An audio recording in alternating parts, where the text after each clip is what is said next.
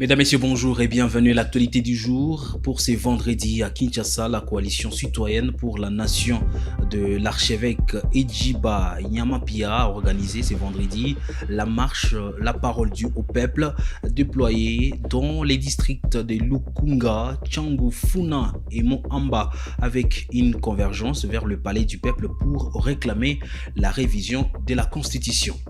L'F-123 accuse les forces gouvernementales congolaises et leurs alliés d'avoir mené dans la nuit du 4 au 5 juin 2026 de nouveaux bombardements aériens sur les hauts plateaux de Minembwe dans la province du Sud Kivu visant les localités de Gakenke, Bidego et Mikenke à l'aide de drones kamikazes et d'appareils de type KT-1, KT-6.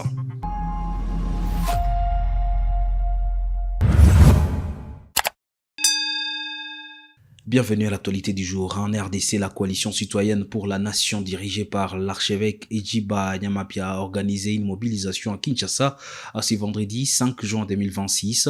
La marche La parole au peuple s'est déroulée de 6h à 15h sur 4 itinéraires dans les districts de Lukunga, Tchangu, Funa et Moamba. Les participants convergent depuis plusieurs communes vers le palais du peuple pour réclamer les changements de la constitution.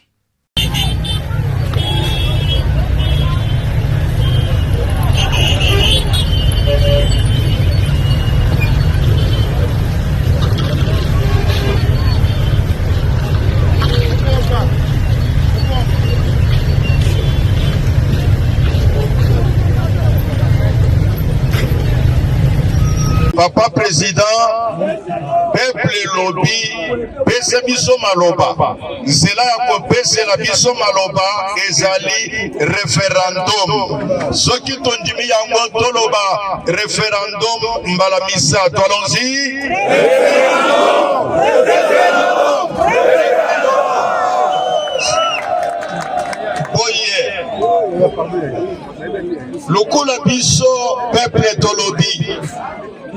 Que mokonzi abengisa référendum tolobi yango na lingala bapaya bakoyoka bien te yango wana totinda message na bapaya na koloba.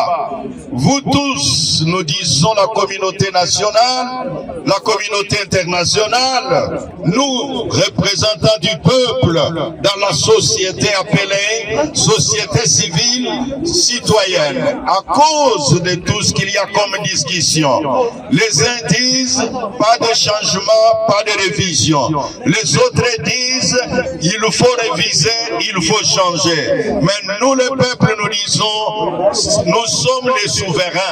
En tant que souverains, nous avons lancé l'appel au chef de l'État, l'appel au président de la République en disant nous voulons qu'il puisse faire appel au référendum. Parce que le référendum est reconnu par la Constitution. C'est la voix du peuple qu'on donne la parole au peuple qui est le souverain primaire. Alors que les débats sur la révision constitutionnelle alimentent l'actualité en RDC, le professeur Lukieni Yoyemba affirme qu'aucun constitutionnaliste sérieux ne peut soutenir un changement de la Constitution. Il a développé cette position dans son dernier ouvrage présenté au public lors d'un vernissage organisé le 4 juin à Kinshasa. L'universitaire y analyse les enjeux du respect de la Constitution et la préservation de l'ordre institutionnel en RDC. L'ouvrage est publié aujourd'hui intitulé « Les partis politiques et la construction d'un état de droit constitutionnel en RDC, contribution à la théorie du multipartisme rationalisé » est une production qui est en fait extraite de ma thèse, qui a abordé la même question. En fait, je suis parti d'une topographie scientifique selon laquelle il y a une prolifération des partis dans notre pays. La déliquescence de l'État, qui a été la question fondamentale de ma recherche, n'est aujourd'hui que la transposition de la déliquescence des partis politiques. Et donc, si nous voulons construire l'état de droit constitutionnel, un état de droit démocratique qui sous-tend le développement intégral, il faut fondamentalement, dans notre système partisan, encadrer cette prolifération perverse en faveur d'un encadrement des partis politiques. J'ai proposé un code pénal des partis politiques. Un parti qui va aux élections et qui n'a pas réalisé un siège est déçu de droit et que les animateurs de ces partis ne peuvent ni adhérer ni en créer un autre. j'ai proposé un mécanisme de permettre aux partis politiques, au-delà de la conquête du pouvoir, mais aussi de l'éducation civique. Fondamentalement, la mission et les fonctions doivent être au cœur de l'activité de création des partis politiques. Il est anormal que dans un pays, qu'on trouve dans un même parti politique, les papas, la maman et les enfants. Et qu'au Parlement, l'État est confisqué par un groupe d'individus. Vous le savez qu'il y a des gens qui sont ministres depuis 12 ans, dont les femmes sont toujours suppléantes et les enfants font la même chose. Chaque fois qu'on va dans la compétition électorale, c'est le même visage qui rentre. Dans notre système de ne sont que parodiques parce qu'en réalité, il y a des groupes d'individus qui participent à la nomination des élus. Cela doit s'arrêter. Donc, nous envoyons un signal fort aux autorités pour que désormais la question des partis politiques soit prise en charge parce que d'ici 2050, nous serons 260 millions de Congolais. Et donc, si chaque parti politique doit être en réalité le reflet d'une famille, ça veut dire que nous aurons plus ou moins 1 million, 2 millions de partis politiques. Est-ce que c'est cela la démocratie? Ou c'est la partitocratie? Ou c'est la dictature des partis? Poser la question de la Constitution parce que les réformes qui sont proposées sont fondamentalement des réformes liées à la Constitution. Je l'ai dit au sommaire de l'actualité du jour, la F-123 accuse les forces gouvernementales congolaises et les ralliés d'avoir mené dans la nuit du 4 au 5 juin 2026 des nouveaux bombardements aériens sur le haut plateau de Minembwe au Sud Kivu, visant les localités de Gakanke, Bidegu et Mikanke à l'aide de drones kamikazes et d'appareils de type KT-1 et KT6 selon son porte-parole Laurence Kanyuka. Ketiako Gameka. L'Alliance Fleuve Congo, mouvement du 23 mars, a accusé vendredi 5 juin 2026 les forces gouvernementales congolaises et leurs alliés d'avoir mené de nouveaux bombardements aériens contre plusieurs localités des hauts plateaux de Minembwe dans la province du Sud Kivu. Sur le réseau social X, le porte-parole de l'FC123, Laurence Kanyuka, affirme que les attaques ont visé plusieurs zones habitées durant la nuit du 4 au 5 juin. Le régime de Kinshasa poursuit ses attaques en dépit de multiples avertissements qui lui ont été adressés.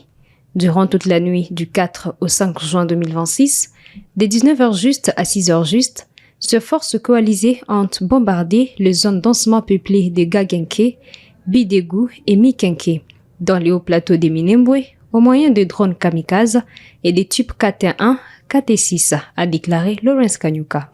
Le mouvement affirme que ces opérations s'inscrivent dans la continuité des bombardements signalés la veille dans les mêmes zones.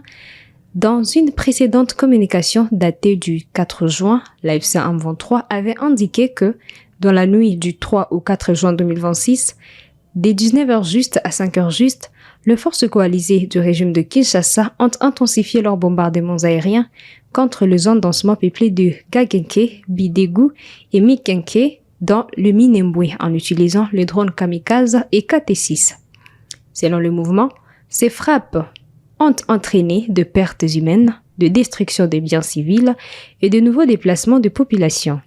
La FC123 soutient avoir déjà mis en garde les autorités congolaises contre les conséquences de ces opérations militaires dans les zones habitées. Dans sa mise à jour du 5 juin, le mouvement a également réaffirmé sa position concernant la protection des populations vivant dans les zones sous contrôle. La FC123 réaffirme sa détermination à garantir la sécurité des populations civiles et de leurs biens, a déclaré son porte-parole. Depuis plusieurs mois, le territoire du Sud Kivu et du Nord Kivu sont le théâtre d'affrontements récurrents opposant le FARDC, appuyé par deux groupes armés alliés aux combattants de l'FC123. Des rescapés de l'attaque menée par les ADF en Mbao-Matete dans les territoires de Beni affirment que les assaillants se sont introduits dans un lieu de deuil en se faisant passer pour des personnes venues présenter leurs condoléances. Selon des témoignages, ici, ils dissimulent leurs armes dans des nattes. Leur présence a été repérée après l'observation d'un autre groupe armé dans les environs. Ifika 22h ADF alikuya sawa bakiana benye banalala kumatanga. Alikiana mikeka, kwesi anagunzagunza ile mkeka. Kwesi arume iko ndani na mupanga na bifanye banatumikishaka hivi. Bakamena sema wapatie chakula, bao habaya kula. Mama kalamuka, mama responsable ya ule muyomba mwenye baliua pale, akalamuka anabapatia bugali banaanza kukula. Bagarso walikuwa nakuja ka 6 kukapayote ya chef lenye balichoma pale. Bale bagarso moya akatupa macho asa akaona benye biko ateli nyuma ya nyumba. Ndio akatoka na mbio bakaona ke ina reverse ndio bakaanza masasi. Sasa madami walikuwa naikala na mloko wake na grand sere yake biko naongea biko na imizana pale. Ile 22h. Bati yote bashenga nyumba bashenda lala. Sasa bao bakaanguka mwile ile masasi ya mingi ile. Lalu akawaza balisha paka, bao balisha kufa. Akumbe biko wavi. Akasema kizi bale basha kufa mbache batu banayala munyumba. Akaingia munyumba, anaanza tosha batu moya moya, akakutana ule muyomba anampiga masasi kichwa. Anakufa. Akatosha mama 2, mama 4 ya batoto. Akasema nyeba ya batoto mutoki muende. Akatosha mama mwa kumlisho kule shebeji yangu tunaye. Akamtosha anaambia tusha huwa batu mingi wewe toka uende. Ule amaka aenda nalu pale mbele akamfungia njaji wako nakimbia. Akamwambia bana sema niende. Ule chef nalu akatosha anasema mumwachi aende. Ule mama alikuwa anaregea hana tena nguvu. Akaikala tu pembeni ya maua pale hivi na biku namuona. Sasa kitu ya kabambi wakati nye madami balikokotana na biko mwele ya mbutiaje yabo ya nyumba bakashikokotea kuhipori. Sasa walibaliza bakabeba bale bafia yangu mule banaenda nabo fule ingine ya batu hapa nje bakaprofite kukimbia. Sasa ilikuwa nalu anaanza kucheke ile hipori ya pale pembeni na torsha atafute mtu moya moya. Njo FARDC ikafika kakuya na moto ya mingi sana. Nalu akaona hakuna mwaye. Nalu anadisparate. Ndio akachoma ile baraza, akachoma na ile mamoto, Nalu anakimbia. Madambi yangu akatubu ile asubuhi. Akaniambia tunafanyaka mbaya kutaya basoda. Basoda habangi kuya. Kaba saa hizo bote tunakufa. Jubu siku likucha yeye na mloko wake na biko na basoda bana babanyevi kumikono. Biko banatetemeka. À Bukavu, une réunion s'est tenue le jeudi 4 juin 2026 à Bukavu entre la division provinciale de la santé DPS et les partenaires humanitaires, mais également les autorités de la F123. Les coordonnateurs adjoints et superviseurs de la cellule de riposte contre Ebola a présidé les travaux. Les participants ont défini les actions prioritaires pour freiner la propagation du virus. Ma mission au Sud Kivu était de venir vous témoigner du fait que nous sommes ensemble dans cette lutte et vous rassurer que vous avez notre soutien et notre collaboration tout le long de ce voyage autant que cela est possible. Il est mieux que nous prenions des décisions fortes en amont maintenant que de fournir 10 fois plus d'efforts lorsque la maladie sera en dehors de notre contrôle.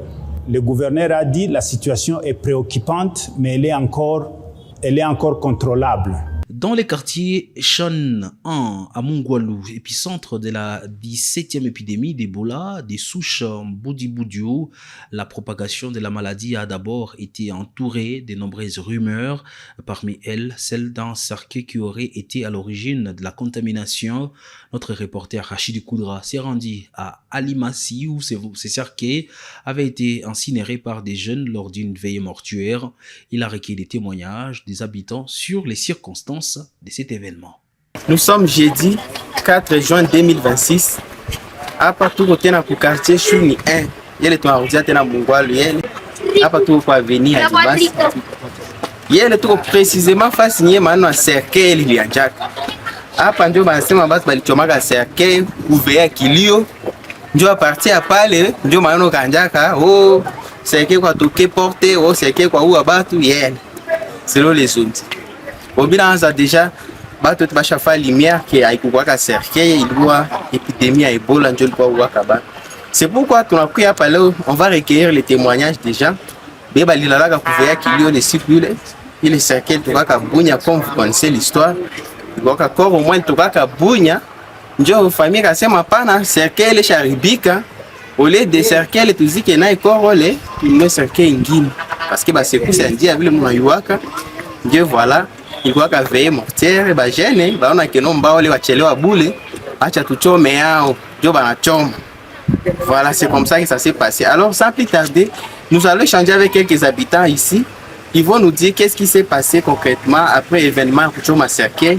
Voilà, nous avons notre caméra. On va se diriger chez certains jeunes du millier qui vont nous expliquer parce que on dit balona scène. Ezalaka ebima bunya nde batumba cercueil ezalaka wana ere batumbi nde batu babanje kokufa nsima wana nde batu bakomi imagine eza cercueil ti bamizike mpe ebimaki kaka na kombo ya cercueil wana nde yango ti ekomi na niveau nde lelo nde tokie koyokaki eza ebola mais normalement batu bayebaki awa partout eza cercueil kutu ata na babulo mpe batu babandaki kaka soki oza garso ashuni boye moto azobanga kofanda pene na yo cercueil ezotambola na shuni.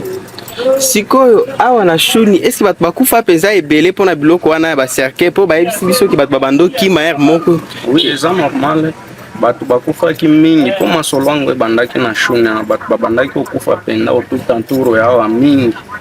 Alors ntango boaprendre ke eza ebola nini bosali awa na shuni kolokola mesure ya koprotege bino? Balobelaki biso tobandaka kozala distance ba 1 mètre tozala na bakashine tobandaki kosalela yango me bajour oyo nde tobandi otia kaka yango mpe na ere moko na bapale mpo soki okie bulo kasi okota na se ya mabele ndenge okota mpe na poro yango eza te babokoko bamosusu awa bamelisi bato babiloko akasa awa bachimike oyo eza kisi ya ebola. Je préfère parler en Swahili parce que vidéo il faut ifike mbali batu ba comprendre que problème pas quoi cercueil il faut une épidémie à Ebola je ne pas maliza batu. Et puis bah enquête quoi cours j'ai appris qu'il y a des enquêteurs qui sont ici ils vont mener recherche pour que ba yo origine ya malali ile ilianjaka wapi kwa nani et il dit propager na muna kani. Voilà comment on va procéder. Mina za muko mingi kutufata tuko déjà Mungwalu. Je suis encore rentré à Mungwalu. Donc je vous dis que moi je suis permanent, je vais mener cette investigation jusqu'à ce que tu aies vérité comme il doit cacher. Nous sommes déjà ici à Mungwalu, précisément à Limas, et je vais vous montrer dans les images. Et on a sillonné Mungwalu partout. Pour on a du comporter comme. Merci beaucoup Rachid Koudra. À Lubumbashi, plusieurs chantiers routiers lancés ces derniers mois à travers la ville connaissent une évolution progressive. Ces travaux engagés dans le cadre de l'amélioration de la mobilité urbaine visent à réduire les difficultés de circulation, à moderniser les infrastructures routières de la capitale du Haut-Katanga. Reportage. Fidèle à son agenda de terrain, le ministre provincial des infrastructures, Jean-Claude Senga, a effectué une descente sur terrain ce mardi 2 juin 2026. Il a commencé sa visite sur l'avenue Biaï, prolongée où 3 km sur 6 sont déjà asphaltés. L'assainissement traîne encore. Jean-Claude Senga souhaite voir les 3 km restants finir dans les 4 mois fixés par l'entrepreneur pour donner un bouffée d'oxygène aux usagers comme Biaï prolongée débouche sur la route du contournement. Lancé il y a peu par le chef de l'exécutif provincial Martin Kazembe Choula, l'avenue de psychologie prend au fur et à mesure sa meilleure forme. Le décapage de la chaussée a lieu sur terrain. Étendu sur 2 km 80 allant du dispensaire jusqu'à Bardas Usine, c'est un coup de maître réussi pour soulager les étudiants et les habitants du coin. Sur l'avenue Kiwele, l'entreprise Safricas est à la tâche de vêtir les 4 km 572 d'une couche de roulement avant la tombée des premières pluies. Au quartier Golf, l'avenue Mukunto se transforme. La fondation est prête avant l'imprégnation. Cette avenue sera coiffée des enrobés sur une surface déjà préparée. Le ministre des Infrastructures, Jean-Claude Senga, a poursuivi son itinérance jusqu'à Katouba sur l'avenue Moulongo. La couche de base est déjà posée sur les 3 km 300. Au plus tard, le 15 juin, cette avenue sera totalement asphaltée selon le vœu du gouverneur de province intérimaire Martin Kazembe Choula qui est passé sur cet axe dernièrement. Jean-Claude Senga a fini par se rendre compte d'une belle jonction qui aura lieu entre les avenues des Cimetières et Samba où les travaux d'assainissement et la préparation de la chaussée évoluent bien. Sur le chemin de retour, avec une attention soutenue, il s'est arrêté pour voir une fuite d'eau occasionnée par une tuyauterie endommagée. Il a ordonné les travaux pour protéger la route symbolique de Lubumbashi. La société Someka nie la pollution et demande des preuves scientifiques. Someka rejette les accusations de pollution acide à Luputo dans le Haut-Katanga. Elle affirme que les analyses réalisées à Kwampisha et le long de la rivière Kasonte et Kibunduta ne remontrent aucun signe de pollution. La société reconnaît un incident technique rapidement réparé, mais nie toute rupture de bassin de rejet.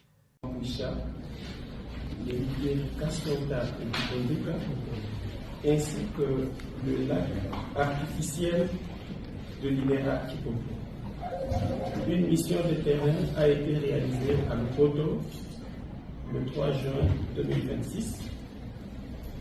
Les analyses effectuées sur plusieurs sites ont révélé des valeurs de pH autour de 8, indiquant les eaux neutres à légèrement basique et conformes à la réglementation en vigueur. Les observations n'ont mis en évidence aucun signe de pollution acide dans les cours d'eau ou les zones agricoles environnantes. L'incident signalé concernait la perforation d'un tuyau transportant une solution anodique cholée, c'est-à-dire provenant de l'usine de traitement et qui a reçu la chaux, et remplacée rapidement, et non la rupture d'un bassin de rejet liquide. Les substances blanches observées correspondent à du gypse issu du traitement des effluents à la chaux et ne constituent donc pas une preuve d'acidité. On ne parle de pollution que lorsque les teneurs dépassent les seuils recommandés par les normes en vigueur. Les allégations de l'IRDH ne s'appuient sur aucun fait réel ni aucune base scientifique objectivement vérifiable, mais sur des suppositions, alors qu'avec des sites, on peut mettre Paris dans une bouteille. En analysant la lettre précitée, entachée de plusieurs présomptions, son auteur n'a effectué aucune analyse attestant les faits qu'il a proclamés et par ricochet. Il n'y a pas pollution, car ce terme indique des impacts déterminés par un laboratoire agréé et homologué, dépassant les seuils admis par le Code et le règlement minier en vigueur en République démocratique du Congo. Someka réaffirme son engagement en faveur de la protection de l'environnement et poursuit régulièrement des évaluations environnementales internes et externes afin de garantir le respect des normes applicables. Et c'est par là, mesdames et messieurs, que nous allons mettre un point final à l'actualité du jour pour ce vendredi. Merci à vous de l'avoir suivi. Bon week-end chez vous.